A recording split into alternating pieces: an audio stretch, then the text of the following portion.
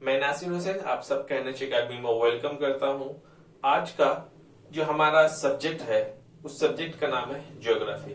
आज हम लोग ज्योग्राफी का सब्जेक्ट के बारे में बात करेंगे कि ज्योग्राफी को कितने अच्छे से समझा जा सके।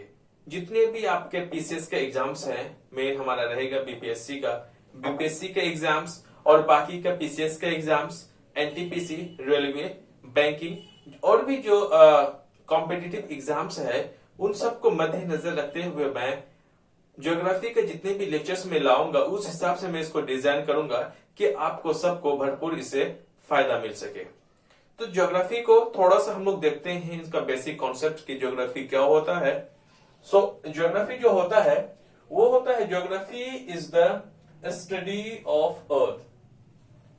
देखिए, ज्योग्राफी का अलग अलग क्लासेस के लिए ज्योग्राफी आप देखेंगे कि 6 क्लास से लोग बच्चे पढ़ना शुरू कर देते हैं। हालांकि छोटे भी क्लासेस में बच्चे पढ़ना शुरू कर देते हैं, लेकिन हर एक क्लासेस में इनका डेफिनेशन अलग अलग होता है। लेकिन हमारा जिस हिसाब से हमें इन सारे कॉम्पिटिटिव एग्जाम्स के लिए जो ज्योग्राफी का जो डेफिनेशन होना चाहिए हम लोग उसी पे बात करेंगे। ज्योग्राफी जो है वो कुल मिला करके स्टडी ऑफ अर्थ जो हमारी पृथ्वी है उन्हीं की ही जो स्टडी है, पढ़ाई है, उन्हीं को हम लोग क्या कहते हैं, ज्योग्राफी कहते हैं। एक छोटा सा डेफिनेशन तो नहीं कह सकते, एक छोटा सा बेसिक कॉन्सेप्ट है ज्योग्राफी के बारे में। और ज्योग्राफी को हम लोग दूसरी आसान भाषाओं में हम क्या समझ सकते हैं, geography is the introduction among earth surface, human beings and interior structure of the earth. Geography जो हमारा वो इंट्रोडक्शन करता है कि बीच में, जैसे कि मैं आपको यह समझाया हूं, जैसे कि कोई एक इंसान है, मतलब हम जिस जगह अर्थ पे रहते हैं वो क्या है, एक सरफेस है, लेयर है, हम लोग इस जगह रहते हैं। इस पे रहने वाले हमारे पहाड़ भी हैं, पौधे भी हैं, नदियां भी है, कुल मिलाकर के जो ह्यूमन हैबिटेंट्स हैं, मनुष्य इसी लेयर पे रहते हैं। हम लोग इनका भी स्टडी करते हैं और साथ में इनके जो नीचे में जहां हम रहते हैं तो नीचे क्या है, इंटीरियर स्ट्रक्चर ऑफ द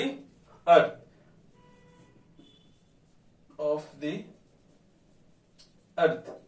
पृथ्वी के आंतरिक संरचना के बारे में भी हम लोग पढ़ते हैं कि हमारा जो अर्थ है वो किस इंटरनल, जो इसका इंटीरियर स्ट्रक्चर किस हिसाब से बना हुआ है, इसमें किस हिसाब से जो भूकंप आता है, वोल्केनोस है और सब भी कई सारी एक्टिविटीज इंटीरियर ऑफ द अर्थ में रेगुलरली होते रहता है। और साथ में हम लोग जहां पे रहते हैं, जैसे कि मैं खड़ा हूं, जब अगर मैं आसमान की तरफ मैं देखूंगा कि हमें क्या बिल्कुल एकदम एरियल पोर्शन हमारा दिखा जाएगा, जिसे हम एटमॉस्फेयर कहते हैं। ज्योग्राफी के अंदर में अर्थ का surface, interior structure of the surface और साथ में एटमॉस्फेयर का भी स्टडी करते हैं। किसके अंदर में, ज्योग्राफी के अंदर में।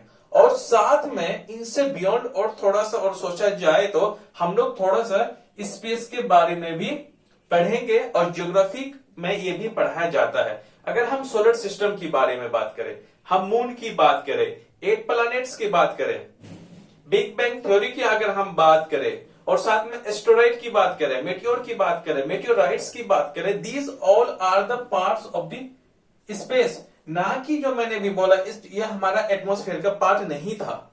Solar system it is not the part of our atmosphere, वो तो हमारा स्पेस का पार्ट है।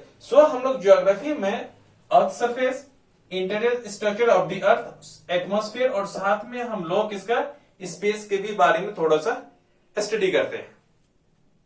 ओके, ज्योग्राफी जो बना है 2 लैटिन वर्ड से मिलकर बना हुआ है। जो 2 लैटिन वर्ड है वो है जियो का मतलब होता है अर्थ, और ग्राफी या फिर ग्राफो का जो मतलब होता है वो होता है डिस्क्रिप्शन। और डिस्क्रिप्शन का मतलब अगर हम समझे वो होता है कंप्लीट स्टडी। कुल मिलाकर के अगर जियोग्राफी को अगर हम देखें तो a complete study of the अर्थ का एक कंप्लीट स्टडी को हम लोग क्या कहते हैं, जियोग्राफी कहते हैं। और साथ में देखिए ऐसा है, और थोड़ा सा जियोग्राफी कुछ पॉइंट्स हम लोग देख लेते हैं यहाँ पे, जैसे कि फादर ऑफ जियोग्राफी हेराक्लिटस को कहते हैं। Geography word coined by Eratosthenes. Eratosthenes जो थे वो ज्योग्राफी के सबसे पहले जो वर्ड का जो उसने डिस्कवर किया, खोज किया, कौन थे, सो ज्योग्राफी का जो वर्ड को खोज करने वाला कौन थे? इरातोस्थनीज थे। ये बहुत मल्टी टैलेंटेड आदमी थे। हालांकि ये यूनान से थे। इसने कई सारी डिस्कवरीज की और इन्हीं को इसलिए कहा जाता। और अब देखते हैं इरातोस्थनीज के बारे में थोड़ा सा। ये इरातोस्थनीज फादर ऑफ ज्योडेसी। ज्योडेसी का एक मैथमेटिक्स की बुक थी। इन बुक में इसने जैसे कि अर्थ का इक्वेटर की जो लेंथ है उसको मेजर किया, अर्थ का जो सरकमफेरेंस है या फिर हम लोग उसको पेरीमीटर कहते हैं, उनका भी इन्हीं ने ही मेजर करना शुरू किया। और साथ में फादर ऑफ सिस्टमेटिक ज्योग्राफी जो है हम लोग इरातोस्थनीज को भी कहते हैं। और साथ में एक चीज बात ये आती है कि who is the father of geography? तो पहला है हेक्टेटियस। अगर आपको ऑप्शंस में आ जाए, कहीं पूछा जाए कि who is the father of geography, अगर आपके 4 ऑप्शन में अगर एक ऑप्शन हेक्टेटियस है, दूसरा ऑप्शन अगर आपका इरातोस्थनीज है, बाकी दूसरा कोई और है, तो आप टिक किस में लगाएंगे? हेक्टेटियस में लगाएंगे। अगर हेक्टेटियस ऑप्शन में ना रहे तब आप किसको लगा देंगे? इरातोस्थनीज के बारे में। फादर ऑफ सिस्टमेटिक ज्योग्राफी को किसको बोलते हैं? इरातोस्थनीज को बोलते हैं। नेक्स्ट है father of modern geography. Father of modern geography हम लोग कहते हैं अलेक्जेंडर वॉन हम्बोल्ट। मैंने इसको अलेक्जेंडर मैंने नहीं लिखा है, Alexander von Humboldt and Ritter. ये थोड़ा सा एक बेसिक सी जानकारी थी ज्योग्राफी के बारे में। अब हम लोग, अभी मैंने बोला अर्थ का सरफेस में हम ह्यूमन रहते हैं, लेकिन atmosphere, interior structure of the अर्थ और साथ में स्पेस के बारे में हम उस हिसाब से पढ़ते हैं जो कि इंसान का जो फिर ह्यूमन बींग्स के लाइफ को अफेक्ट करता है, जो कि इंसान के जिंदगी से मतलब वो रिलेटेड हो। जैसे कि अर्थक्वेक है, इंटीरियर स्ट्रक्चर ऑफ द अर्थ है, साथ में हमारे कहा अर्थ सरफेस को क्या करता है? वो डैमेज करता है। अर्थक्वेक से हमें कुछ फायदे भी होते हैं, कुछ मिनरल्स ओर्स भी निकलते हैं, लेकिन इसके नुकसान बहुत ज्यादा है। सुनामी है, सुनामी कहा अर्थक्वेक की वजह से आता है, कितना नुकसान, भारी नुकसान उठाता है। बाढ़, तो इस हिसाब से हम लोग पढ़ते हैं कि ज्योग्राफी में जो कि इंसान का लाइफ को अफेक्ट करता उन चीजों के बारे में पढ़ते हैं। जैसे कि अगर मान लें एक्टिव वोल्केनोज पूरी दुनिया में लगभग 1500 से ज्यादा हैं। क्या हम सबके बारे में जानेंगे? नो। नेशनल हाईवेज अगर इंडिया में देखा जाए लगभग 200 से ज्यादा हैं। नेशनल अगर पार्क की बात करें इंडिया में लगभग 103 से भी ज्यादा हैं। नेशनल वाइल्ड लाइफ सेंचुरीज को देखो 544 से भी ज्यादा हैं। तो इन सबको क्या हमें करना जरूरी है? मैंने सिर्फ एक छोटा सा एग्जांपल दिया। तो दरअसल क्या होगा कि इन सबको हम कैसे समझें? कहीं सुनामी आ गई, कहीं अर्थक्वेक आ जाते हैं, तो कैसे हम लोग इनको समझें? तो सबसे क्या होता है, सबको हम करंट अफेयर से मिला के जोड़ते हैं इसको।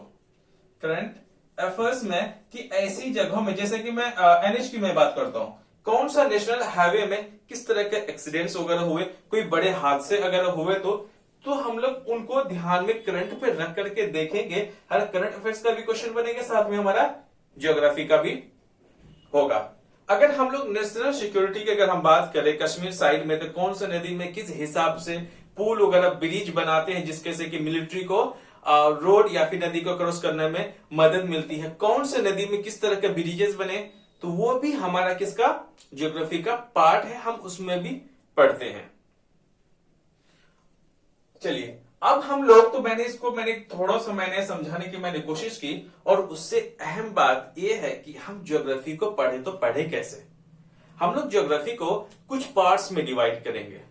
हम लोग इसको 7 पार्ट में मैं ज्योग्राफी को मैं डिवाइड करके मैं बताऊंगा आपको कि किस हिसाब से कौन सा ज्योग्राफी के अंदर में कौन कौन से सब्जेक्ट्स या फिर कौन कौन से टॉपिक्स हम पढ़ेंगे, ताकि कि उसको आपको स्टडी करने के टाइम में आपको पॉइंट्स वाइज याद रहेगा, पार्ट्स वाइज याद रहेगा कि आपको इनसे यह फायदा होगा कि आप कौन सा पढ़े हैं, कितना पढ़ना बाकी है, क्योंकि it's a lengthy subject.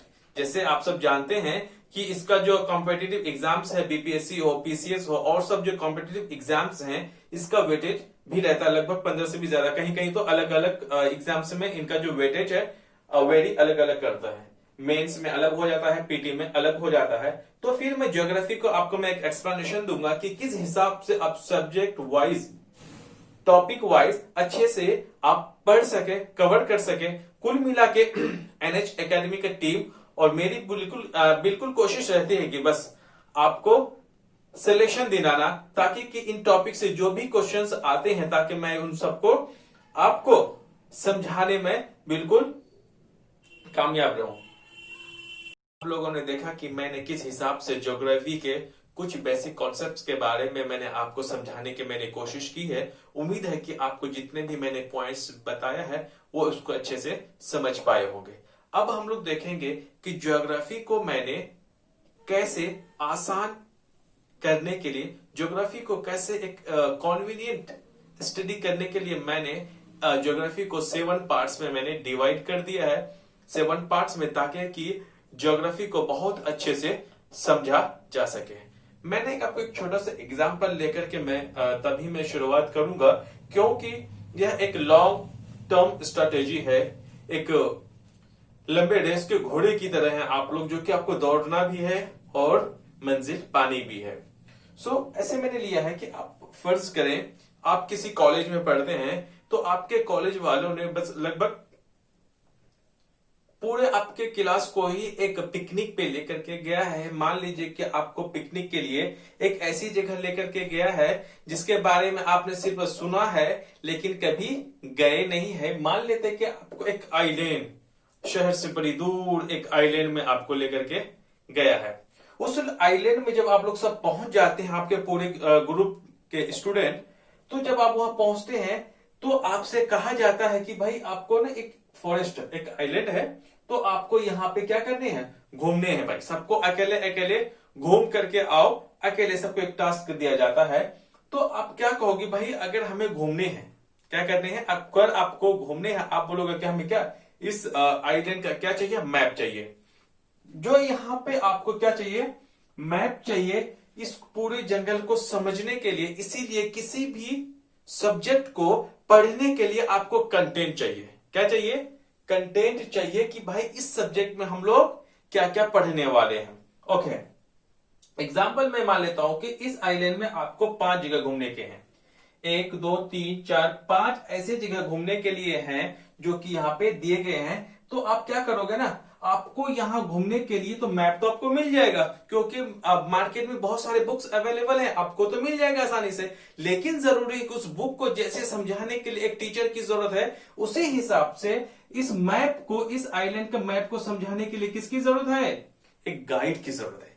Guide सिर्फ पर समझाएगा, समझाने के बाद एक एक को एंट्री करनी है। लेकिन शर्त इस बात का यह है कि जब भी आप इस जंगल के अंदर जाएंगे, नहीं तो आपके साथ मैप जाएगा, नहीं तो आपके साथ एक गाइड जाएगा। उसी हिसाब से जब भी आप पढ़ लेते हैं किसी भी चीज को, एक टीचर आपको समझा दे, जैसे कि मैं हूं, मैं ज्योग्राफी में अच्छे से समझा देता हूं, आपके पास सारे बुक्स हैं, राइट। ये सबके कहां होगा, इस एग्जाम, इसको आइलैंड को ना आप एग्जाम हॉल की तरह मानो। आप जब भी आपको यहां अंदर जाना है तो आपको नहीं तो आपके साथ कोई गाइड जाएंगे, नहीं तो आपके साथ कोई बुक्स जाएंगे, तो आपको अकेले ही जाना है, राइट, तब जाओगे। अगर कोई बच्चा, मैं मतलब एंट्री कर लेता, अगर इनको अच्छे से समझ नहीं पाएगा ना, तो ये जंगल में क्या घूमते ही रह जाएगा मोगली की तरह, बस कभी बाहर ही नहीं निकल पाएगा। इसी तरीका से अगर आप किसी सब्जेक्ट को अच्छे से नहीं समझ पाते हैं, तो नहीं कर पाते हो वेल डन, कहीं ना कहीं आप एग्जाम में पीछे रह जाते हैं। कुल मिला के मैंने आपको यहां समझाने की ये कोशिश की कि भाई आपको किसी चीज को समझाने के लिए, किसी सब्जेक्ट को, आपको कंटेंट को अच्छे से समझना होगा। उस कंटेंट को समझाने के लिए, जैसे कंटेंट को समझाने की एक टीचर की जरूरत पड़ेगी, तो आपका एक लिमिटेशन ऑफ टाइम का जरूर रहता है। आप लिमिटेशन ऑफ टाइम का मतलब ये हो गया कि कोई भी सब्जेक्ट पढ़ रहे हैं ना, उसमें एक फिक्स टाइम दे, आप सबको एक टाइम बैलेंस बना के दे। आपको अगर ज्योग्राफी को देना है तो हिस्ट्री को भी देना है, इकोनॉमिक्स को भी देना है, करंट अफेयर्स को भी देना है, साइंस को भी देना है। तो इस हिसाब से आपको हर जगह क्या एक लिमिटेशन टाइम देना होगा। तो इसी तरह से मैंने इस हिसाब से मैंने डिजाइन किया है इन सारे क्लासेस को, ताकि कि आपको समझने में बहुत ज्यादा हेल्पफुल मिले। मैंने ज्योग्राफी को पहला पार्ट जो लिया वो है जनरल ज्योग्राफी। जनरल ज्योग्राफी के अंदर सबसे पहले हम लोग पढ़ेंगे द यूनिवर्स के बारे में। जैसे मैंने आपको बताया कि स्पेस का भी हम कुछ पार्ट पढ़ते हैं ज्योग्राफी में, तो इसमें हम लोग कई सारे पॉइंट्स को देखेंगे। मैं सिर्फ आपको मैं बता रहा हूं कि कौन कौन से पार्ट्स हैं। जब मैं अगला वीडियोस में जब मैं बनाऊंगा वो मैं कहां से जनरल ज्योग्राफी में शुरुआत करूंगा, तब मैं देखूंगा कि यूनिवर्स के अंदर में हम लोग क्या क्या पढ़ते हैं। जैसे मैं एक एग्जांपल बता देता हूं। सबसे पहले हम लोग देखेंगे कि ओरिजिन ऑफ द यूनिवर्स, ब्रह्मांड का कैसे जन्म हुआ। उसके बाद फिर हम लोग यूनिवर्स में देखेंगे सोलर सिस्टम के बारे में पढ़ेंगे, गैलेक्सीज के बारे में पढ़ेंगे, स्टार्स के बारे में पढ़ेंगे, कॉमेट्स के बारे में पढ़ेंगे, मेटियोर्स के बारे में पढ़ेंगे, मेटियोराइट्स के बारे में पढ़ेंगे। तो वो भी किसका, हम यूनिवर्स के पार्ट में पढ़ेंगे ताकि आपको समझने में आसानी हो। फिर हम लोग पढ़ेंगे मोशन ऑफ द अर्थ कि कौन सा एक्सेस में घूमता है, या फिर धरती है किसके चक्कर लगाती है, रिवॉल्यूशन किनकी करती है ये, और सारे प्लैनेट्स के भी कौन कौन चक्कर लगाते हैं, सैटेलाइट नेचुरल सैटेलाइट्स लगाते हैं। क्यों, किसी भी प्लैनेट्स का जो चक्कर जो लगाते हैं ना नेचुरल सैटेलाइट्स, जिसे हम मून्स कहते हैं, हर एक प्लैनेट्स के जो मून्स होते हैं किसी में है किसी में नहीं है, तो हम लोग कुछ इसमें पढ़ेंगे। फिर latitude, longitude and international date line and time हम लोग इसके थर्ड पॉइंट पढ़ेंगे। ये सब के सब हम लोग इसके जनरल ज्योग्राफी के अंदर में पढ़ेंगे। उसके बाद जनरल ज्योग्राफी के बाद हम लोग पढ़ेंगे फिजिकल ज्योग्राफी। फिजिकल ज्योग्राफी का मतलब होता है वो सारी चीजें जो कि असल में धरती पे हो रहा है। कहां पे हो रहा है, असल में हमारा ये धरती पे हो रहा है, जमीन पे कोई चीजें हो रहा है, फिर जमीन से बाहर की चीजें में भी हो रहा है। जैसे हम लोग देखेंगे फिजिकल ज्योग्राफी में हमने 4 पार्ट में से डिवाइड कर दिया। फिजिकल ज्योग्राफी में सबसे पहले है लिथोस्फीयर, जो कि हमारा जमीन से, चट्टानों से, पत्थरों से रिलेटेड है कि जमीन पे क्या क्या एक्चुअल में एक्टिविटीज हो ही जा रही है। उसके बाद हम लोग हाइड्रोस्फीयर में देखेंगे। फिजिकल ज्योग्राफी में हाइड्रोस्फीयर का मतलब होता है कि पानी से रिलेटेड। थर्ड है एटमॉस्फेयर, जो कि हमारे जिस प्लानेट पे हम लोग रहते हैं धरती पे, तो धरती के हम लोग देखेंगे कि एक हमारा सरफेस रहता है, सरफेस से नीचे इंटीरियर रहता है जमीन का मतलब आंतरिक पार्ट। उसके बाद जो जमीन का जो हमारे सरफेस के ऊपर जो रहता है हमारे, उसको जो एरियल पोर्शन होता है हम लोग एटमॉस्फेयर बोलते हैं। तो फिर हम लोग एटमॉस्फेयर को भी देखेंगे। उसके बाद है बायोस्फीयर को, एक को हम लोग देखते हैं। लिथोस्फीयर में हम लोग क्या पढ़ेंगे, लिथोस्फीयर में सबसे पहले हम लोग देखेंगे कि मैंने बोला चट्टानों का, सबसे पहले क्या होगा इसमें, ओरिजिन ऑफ द अर्थ, अर्थ का जन्म कैसे हुआ उसके बारे में हम लोग अच्छे से देखेंगे। नेक्स्ट पॉइंट रहेगा geological history of facts. Geological history of facts में हम लोग ये देखेंगे कि थोड़ा सा हम लोग डायनासोर जो हुआ करता था उस जमाने में, उसके थोड़े से बेसिक कॉन्सेप्ट के हम लोग बारे में थोड़े थोड़े हम बातें करेंगे। उसके बाद है इंटीरियर स्ट्रक्चर ऑफ द अर्थ। ये इतना ज्यादा, बहुत ही ज्यादा ये इंपॉर्टेंट है। लगभग सारे कॉम्पिटिटिव एग्जाम्स में तो जिसमें जीएस है उसमें तो ये पूछा ही जाता है। फिर हम लोग रॉक्स के बारे में पढ़ेंगे, सबको हम लिथोस्फीयर के बारे में पढ़ेंगे। और फिफ्थ में रहेगा एंडोजेनिक फोर्सेस के बारे में कि हिमालय पहाड़ कैसे बनते हैं, प्लेट्स के अंदर में किस तरह के फोर्सेस होते हैं, फिर हम लोग देखेंगे। फिफ्थ के बाद है 6 पॉइंट, तो स्पेस की थोड़ी सी मैंने एडजस्टमेंट की है। तो 6 में है प्लेट टेक्टोनिक थ्योरी पढ़ेंगे। इसी में ही लिथोस्फीयर के अंदर हम लोग पढ़ेंगे अर्थक्वेक्स एंड सुनामी। ये बहुत ही इंपॉर्टेंट है, इसमें क्या क्या पढ़ाया जाता है उसके बाद में अगले में एक एक को जब मैं डिस्कस करूंगा तो बहुत अच्छे से मैं आपको समझाने की मैं कोशिश करूंगा। और 8वें में है वोल्केनोज, 9th में है एक्सोजेनेटिक फोर्सेस, और फिर हमारा 10th में रहेगा कॉन्टिनेंट्स एंड मेजर पेनिनसुलास, और 11th में रहेगा various types of landscape. तो जो भी मैंने आपको बताया, जब भी आप रिवीजन करेंगे, सपोज डेट कि आपने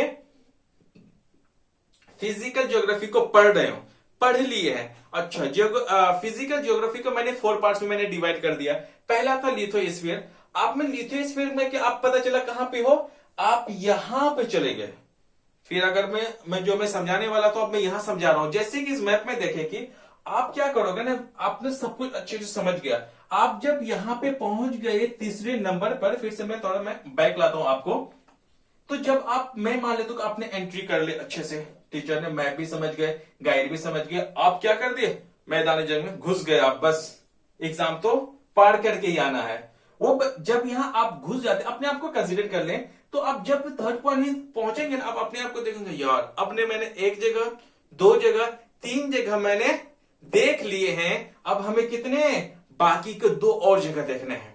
उसी हिसाब से जैसे ही आप लिथोस्फीयर के पार्ट को आप 5th पॉइंट पे जब पहुंचेंगे तो अच्छा इससे मैंने कितने पार्ट देखे, 1 2 3 4, अच्छा 5वां हमने देख लिए। जाने कहां तक है, 11 तक। इसका मतलब 6 पॉइंट्स और हमें पढ़ने हैं। जब 6 पॉइंट्स आपको याद रहेगा तो आपको आसानी में भी याद रहेगा। सपोज कुल मिलाकर के ऐसा है ना कि आपको पढ़ाते तो आपका सब है, पढ़ते तो सब है, तो क्विक रिवीजन में उस वक्त उतना काम नहीं आता है जो कि आपके एक ट्रिक काम आएगा। तो आपको चलो टीचर ने आपको यहां से कोई भी पढ़ाना शुरू कर दिया, आप जब यहां पहुंचोगे तो आपको इतना यही नहीं पता रहेगा, नंबरिंग सिस्टम जब क्या हुआ नहीं रहेगा तो आपको पता ही नहीं चलेगा कौन से नंबर पे हो, कितना पढ़ना बाकी है। टाइम मैनेजमेंट, जब मैंने यहां पे बोला था आपको टाइम मैनेजमेंट, वो करने में आपको बहुत ज्यादा हेल्पफुल मिलेगा। अरे यार मैंने अभी कहां पे 5th पॉइंट पे हूं, मुझे और कितने 6 और पढ़ने हैं, 6 जे और जब आप बाकी के 6 पढ़ेंगे ना तो 6 7 8 9 में नंबरिंग करने में सिस्टम होगा। जब आपका नंबरिंग सिस्टम क्या हुआ नहीं रहेगा ना तो आपको क्या पता ही नहीं चलेगा अब हम क्या क्या पढ़ने वाले हैं, राइट। आप लोग नंबरिंग सिस्टम जब भी करोगे ना, बड़ा अच्छा तरीका है ये कि आप किसी भी चीज को नंबरिंग सिस्टम करके पढ़ोगे, यार हमने कितना नंबर पढ़े हैं, कितने और पढ़ने बाकी है। ओके, अब हम लोग देखते हैं हाइड्रोस्फीयर में। हाइड्रोस्फीयर में हम लोग पढ़ेंगे क्या? हाइड्रोस्फीयर में सबसे पहले पढ़ेंगे रिलीफ्स में रीफ्स होगा यहाँ पे reefs of the ocean basin, उसके बारे में पढ़ेंगे। सेकेंड पॉइंट में रहेगा ओशियन करंट्स एंड वेव्स के बारे में कि हवाएं चलने से कौन कौन समुद्र में करंट्स आते हैं, किस हिसाब से पानी के लहरें जाते हैं, तो फिर उसके बारे हम लोग पढ़ेंगे। फिर थर्ड में रहेगा टेम्परेचर एंड सैलिनिटी, राइट। और हम लोग फिर इसमें पढ़ेंगे temperature and salinity of the ocean water. फिर इसी में हम लोग पढ़ेंगे ocean deposits and coral reefs. तो इन सब पॉइंट्स हम लोग इसमें हाइड्रोस्फीयर के बारे में कितने, हम सिर्फ 3 ही पॉइंट्स को देखेंगे और समझने की कोशिश करेंगे कि हम लोग हाइड्रो जैसे कि reef of the ocean basin में क्या क्या पढ़ने वाले हैं। जब मैं हाइड्रोस्फीयर का जब मैं पार्ट पढ़ाऊंगा then I will explain this all things where. उसके बाद अब लोग हो जाते हैं एटमॉस्फेयर की बात। थर्ड नंबर पे एटमॉस्फेयर में हम लोग टोटल 4 चैप्टर पढ़ने वाले हैं। एटमॉस्फेयर में पहला रहेगा कि भाई हमारे जो एटमॉस्फेयर स्ट्रक्चर एंड कंपोजिशन, कि हमारा पर्यावरण किस चीज से बना हुआ है ना। आप जानते हैं वेरियस गैसेस है हमारे एटमॉस्फेयर में, जैसे कि नाइट्रोजन है, ऑक्सीजन है, CO2 गैसेस है और भी अदर गैसेस हैं। और साथ में हम लोग ये भी देखेंगे कि हमारा पर्यावरण का लेयर्स कितने हैं, राइट। तो लेयर जैसे कि हमारा पहला स्ट्रेटोस्फीयर है, जैसे कि हम एटमॉस्फेयर को डिवाइड कर देते हैं, स्ट्रेटोस्फीयर है, सॉरी पहला ट्रोपोस्फीयर है, स्ट्रेटोस्फीयर है, तो मेसोस्फीयर है। तो उस तरह से हमने क्या किया है कि हम लोग इसी के अंदर में पढ़ेंगे। एटमॉस्फेयर में पहला क्या, एटमॉस्फेयर और साथ में उसका एटमॉस्फेयर का स्ट्रक्चर और साथ में कॉम्पोजिशन, किस चीज से हमारा जो पर्यावरण बना हुआ है, एटमॉस्फेयर बना हुआ है। अब देखेंगे हम लोग सेकंड में एटमॉस्फेरिक प्रेशर एंड विंड्स को देखेंगे।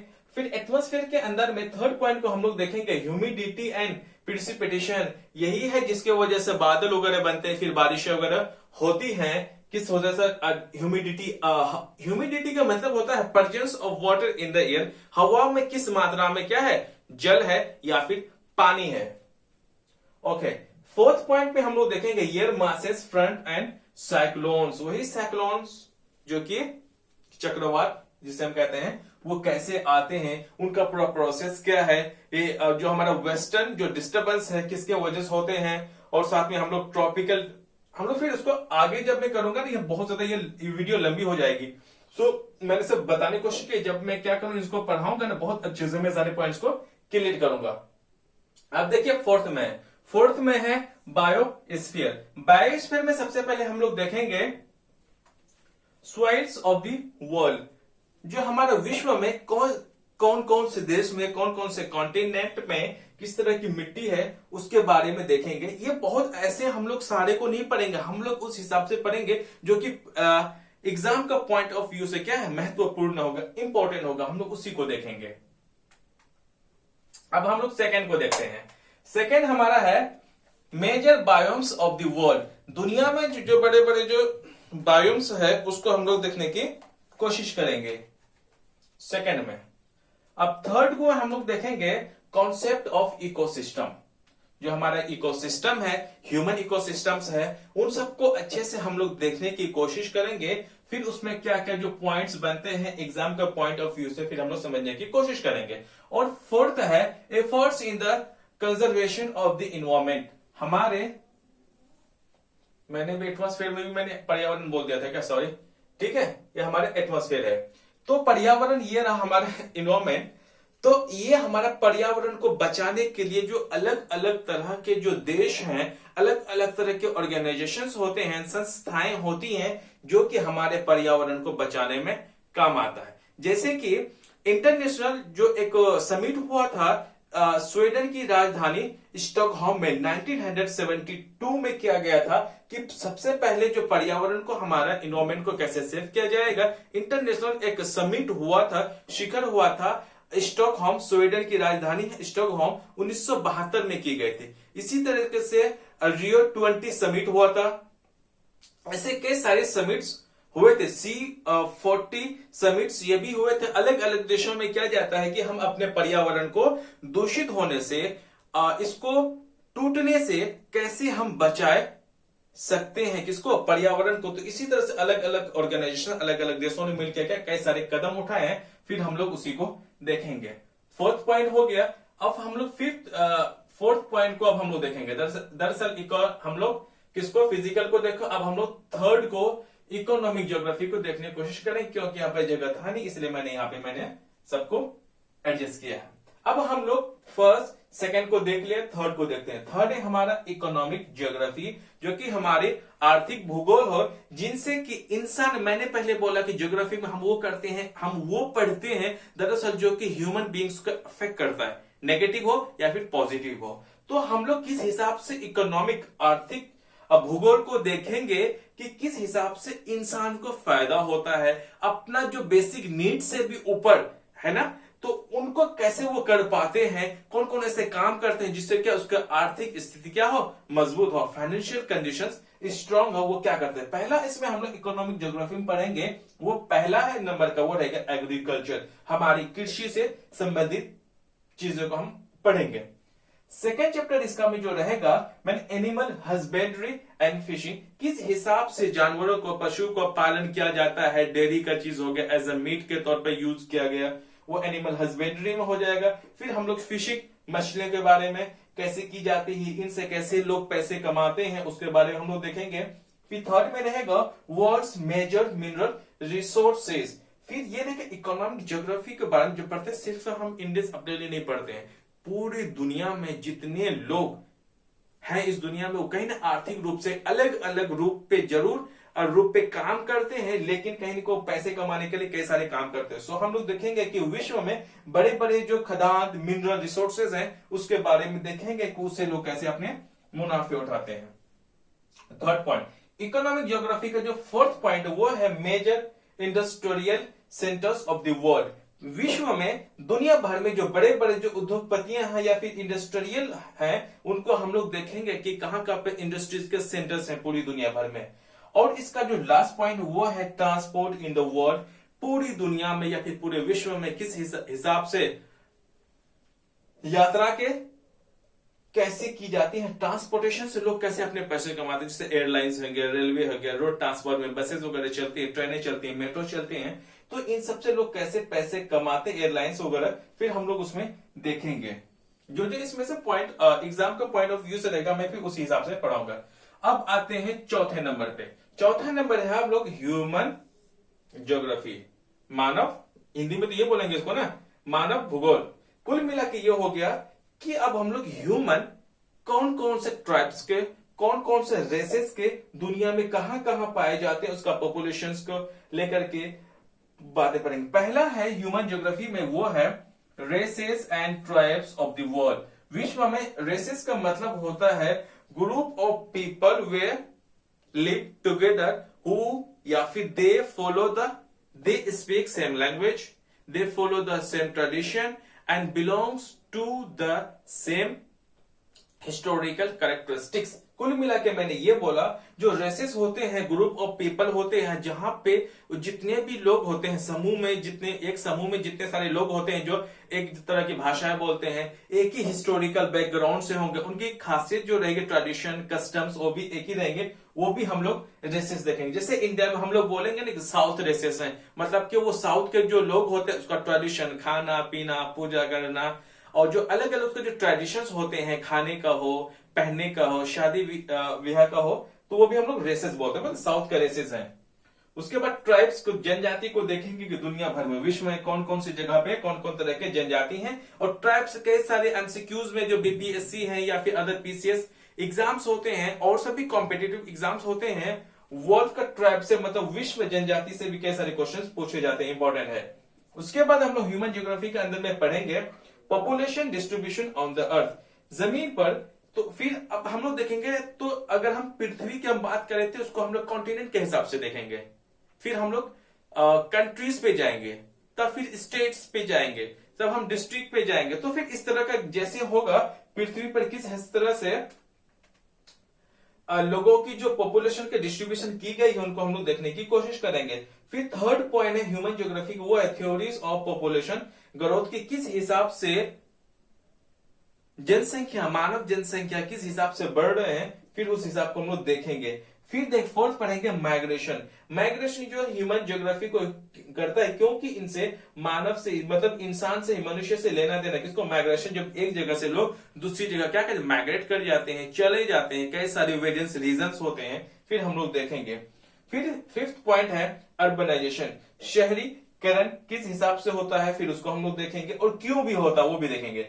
फिर सिक्स में है ह्यूमन डेवलपमेंट एंड रिपोर्ट, हम लोग बोलते हैं ना ह्यूमन डेवलपमेंट इंडेक्स के नाम से जानते हैं, तो फिर हम लोग उसको भी देखने की कोशिश करेंगे। हर साल क्या होता है, सेंट्रल गवर्नमेंट हो या फिर यूएन हो, यूनाइटेड नेशंस का है, वो भी हर एक साल के इसका HDI human development index reports निकालते हैं।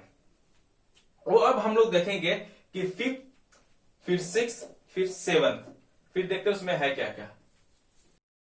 अब हम लोग जैसे कि फोर्थ पॉइंट को हमने देख लिया ज्योग्राफी का, अब हम लोग देखते हैं फिफ्थ पॉइंट को।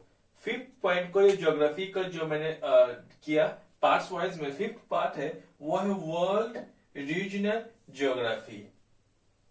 ये वर्ल्ड रीजनल ज्योग्राफी का मतलब पूरी दुनिया में जैसे 7 कॉन्टिनेंट्स है, तो हम लोग कॉन्टिनेंट वाइज देखेंगे कि कौन सा कॉन्टिनेंट में एरिया ज्यादा है, मिनरल रिसोर्सेज ज्यादा है, तो किसके पास एरिया कितना ज्यादा है, तो हम लोग उसी के हिसाब से ही वर्ल्ड रीजनल ज्योग्राफी को स्टडी करेंगे।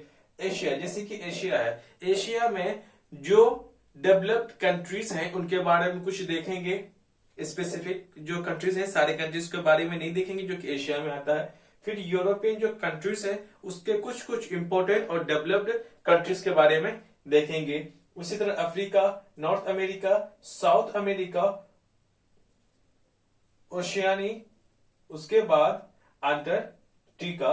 तो ये हमारे जो 7 कॉन्टिनेंट्स हैं, इसको हम लोग रीजनल वाइज देखेंगे, कंट्री वाइज देखेंगे कि कौन से कॉन्टिनेंट में कौन कौन से कंट्रीज आते हैं, और उसके कुछ फिजिकल फीचर्स के बारे में, कुछ उनसे जो मिनरल्स है, उस कौन कौन सा कॉन्टिनेंट के अंदर कौन कौन सा देश में जो मिनरल्स हैं, उसका हम लोग ट्राइब्स को देखेंगे, किस तरह का थोड़ा सा नदियों को देखेंगे, फिर पहाड़ों को देखने की कोशिश करेंगे। हमारा जो वर्ल्ड ज्योग्राफी होगा कुछ इससे कंप्लीट होगा। जो अब है हमारा छठा नंबर, जो छठा नंबर है वो हमारा बहुत ही ज्यादा मोस्ट इंपॉर्टेंट है एग्जाम का पॉइंट ऑफ व्यू से, क्योंकि एग्जाम में सबसे ज्यादा जो पूछा जाता है सवाल वो है इंडियन ज्योग्राफी से। लेकिन इंडियन ज्योग्राफी को समझने के लिए हमें वर्ल्ड ज्योग्राफी का सहारा लेना ही पड़ता है, इसलिए हम लोग वर्ल्ड ज्योग्राफी को इतने अच्छे से देखते हैं।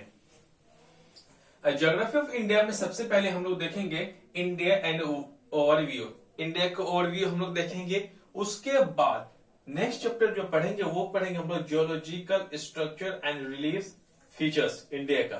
फिर थर्ड में है फिजिकल डिवीजन ऑफ इंडिया, हम लोग माउंटेन्स के बारे में देखेंगे, कोस्टल प्लेन्स के देखेंगे, जो आइलैंड्स हैं उसके बारे में हम लोग देखने की कोशिश करेंगे इसमें। फिर ड्रेनेज पैटर्न में जैसे आप जानते हैं कि कौन सी नदी कहां से निकलती, कौन कौन से स्टेट से होते हुए गुजरती है, पानी का फ्लो किस हिसाब से है उसको हम लोग देखेंगे। और साथ में हम लोग कुछ ट्रिब्यूटरीज देखेंगे कि कौन कौन से नदियां के कौन कौन से सहायक नदियां हैं, ड्रेनेज पैटर्न में देखेंगे। उसके बाद हम लोग देखेंगे क्लाइमेट्स का, इंडिया के क्लाइमेट्स को अलग अलग इंडिया में जो क्षेत्र हैं उनको हम लोग क्लाइमेट्स को देखने की कोशिश करेंगे, उसमें चेंजेस किस हिसाब से होते हैं।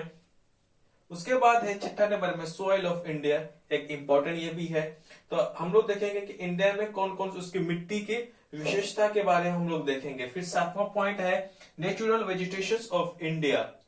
आठवां पॉइंट है बायोस्फीयर ऑफ इंडिया। जैसे कि पहले हमने बायोस्फीयर हमने देखा था किसमें, फिजिकल ज्योग्राफी में, उसी तरह हम लोग देखेंगे बायोस्फीयर ऑफ इंडिया।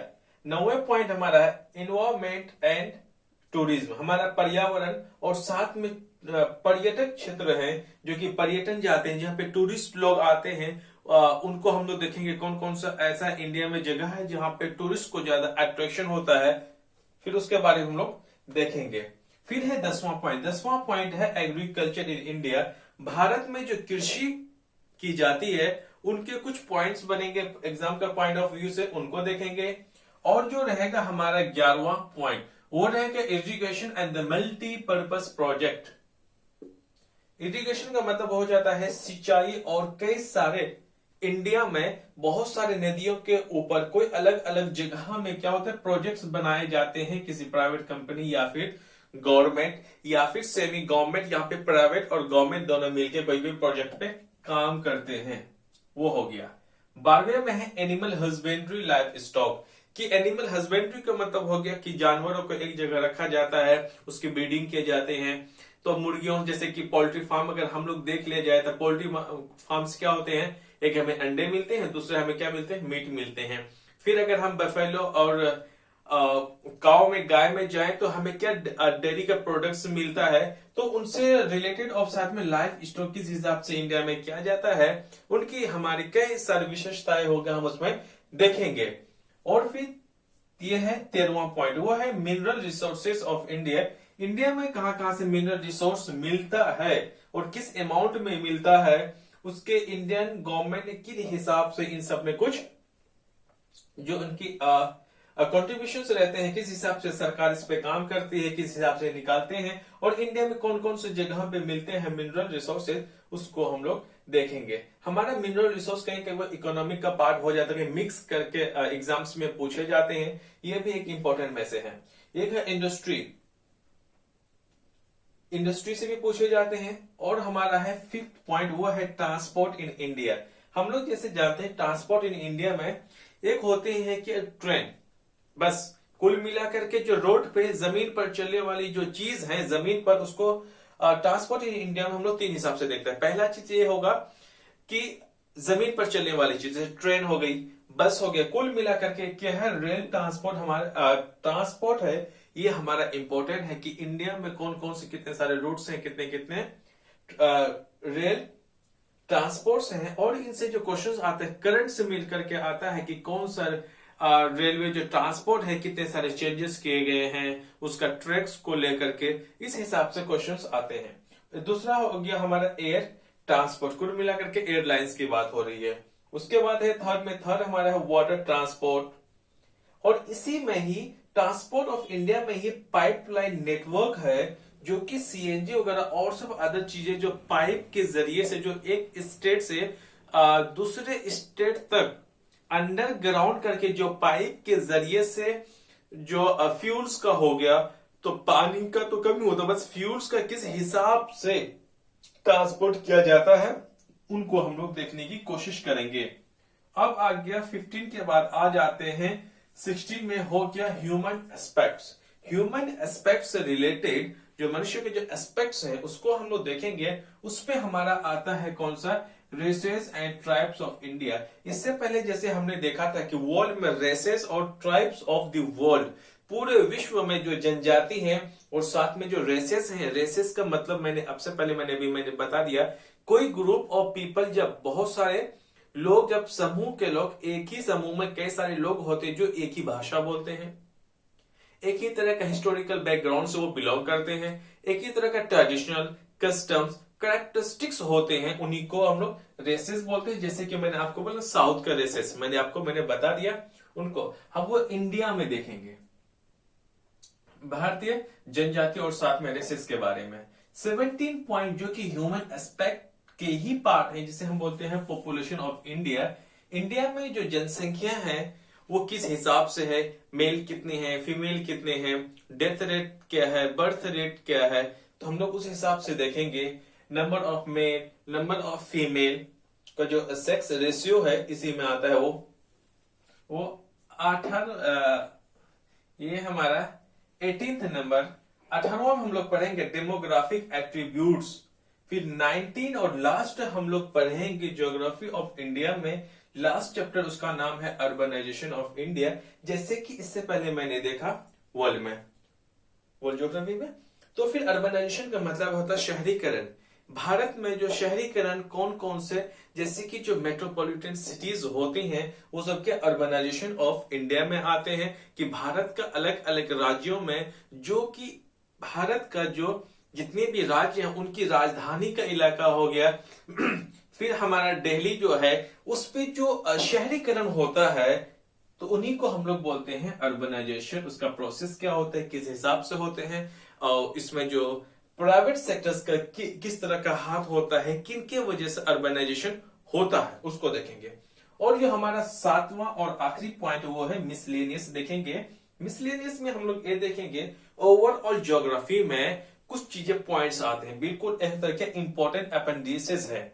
जैसे कि एग्जांपल में तो लाइन इन मैप्स, वर्ल्ड का मैप, भारत का मैप देखेंगे, उसमें लाइन कौन कौन सी है, कौन कौन से कंट्रीज के बीच में कौन कौन से लाइंस आते हैं, उस हिसाब से देखेंगे। मैं एक एग्जांपल लिया हूं, इसमें कई सारी चीजें पढ़ेंगे। उसका सेकंड पॉइंट में ट्रिब्यूटरीज ऑफ गंगा, गंगा नदी के कौन कौन से सहायक नदियां हैं उसके हम लोग नाम देखेंगे। कौन कौन सी बड़ी सहायक नदी है गंगा के, कौन सी छोटी है, वो फिर देखेंगे। फिर हाईएस्ट वाटर फोर्स पूरी दुनिया का भी देखेंगे और फिर इंडिया का भी देखेंगे। और साथ में यहाँ पे हम लोग देखेंगे कि मेजर डैम्स दुनिया का भी और भारत का भी। अभी मैंने आपको जो बताया बिल्कुल एक कंप्लीट कंटेंट है ज्योग्राफी को, कि हमने 7 पार्ट्स मैंने क्यों डिवाइड किया, कैसे डिवाइड किया, कौन कौन से हम लोग पार्ट्स में किस किस चीज के बारे में पढ़ेंगे। मैंने बहुत अच्छे तरीके से मैंने आपको समझाने की कोशिश की और मेरा संपूर्ण विश्वास है कि आपको बहुत अच्छे से आपको समझ में आया होगा। आप लोग प्लीज, आपको किसी भी इनसे अगर कुछ पूछना हो आपको हमसे, तो प्लीज आप कमेंट बॉक्स में जरूर कमेंट करें। अगर ये वीडियोस आपको अच्छा लगता है, जो हमारे आने वाले सीरीज हैं, और इससे पहले मैंने जो वीडियोस मैंने और सब भी मैंने सब्जेक्ट्स को जो बनाए हैं, वाकई अगर आपको अच्छा लगता हो तो प्लीज इस चैनल को सब्सक्राइब करें, शेयर करें और लाइक करना ना भूलें। Thank you very much.